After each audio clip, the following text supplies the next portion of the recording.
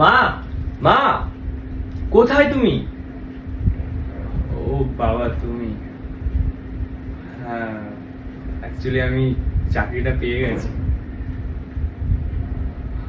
হ্যাঁ,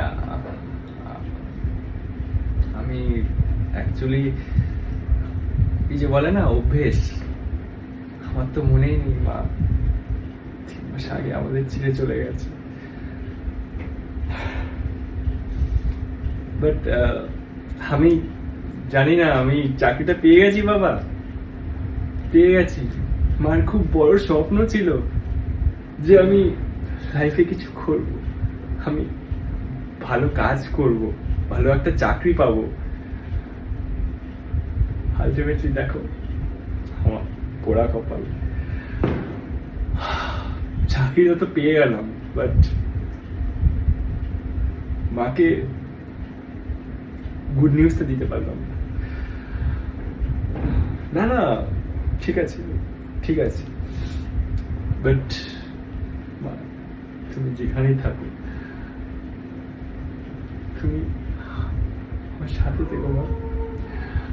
তুমি জানো আমি চাকরিটা পেয়ে গেছি, তোমার ছেলে চাকরি পেয়েছে টপ ক্লাসে, এই লোকজনদের সাথে মেলামেশা করে, উঠা বসা করছে।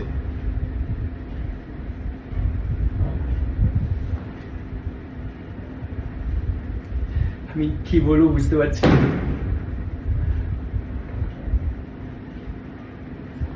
ভেবেছিলাম আজকে ফার্স্ট ডে,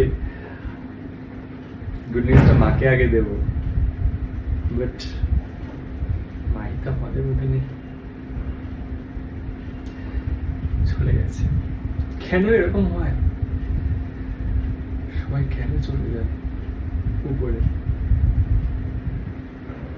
মা, তুমি আর কয়েকটা দিন থাকতে পারতে আমাদের সাথে, জাস্ট কয়েকটা দিন, জাস্ট আমার সেইটা পূরণ হয়েছে সেটা দেখে যেতে পারতে। তোমার মনে আছে যে সময় আমি পড়তে যাইতাম না, তুমি আমাকে মেরে বকে পড়তে বসাতে, আমি ক্লাসে 100তে 0 পেয়েছিলাম, সেই ছেলেটা আজকে ক্লাস টপার হয়েছে, জব পেয়েছে, কতটা আনন্দের বিষয়। আজ তোমাকেই আমি বলতে পারছি না এটা। যাই হোক, তুমি যেখানে থাকো খুশি থাকো, হ্যাপি থাকো, এটাই চাইবো। তোমার হাতটা কামনা করে চলো খেতে চাই।